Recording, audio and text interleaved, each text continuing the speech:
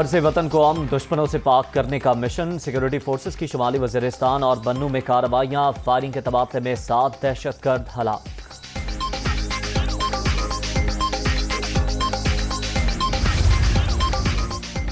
BJP रहनुमा की जानिब से नबी आखिर ज़मां सल्लल्लाहु अलैहि वसल्लम की शान में गुस्ताखी इंतहाई काबिल मसम्मत। मुसलमान नामों से रिसालत पर अपनी जान भी कुर्बान कर सकते हैं। वज़ीर आज़म शहबाज शरीफ का ट्वीट। और तहरीक इंसाफ पंजाब के ज़िमनी इलेक्शन में भरपूर हिस्सा लेगी। हल्का बंदियां चैलेंज करने का भी फैसला। बनी काला में इमरान खान के ज़ेर सदारत कोर कमेटी का इजलास। लॉन्ग मार्च और आइंदा किलाहे अमल पर मुशावरत।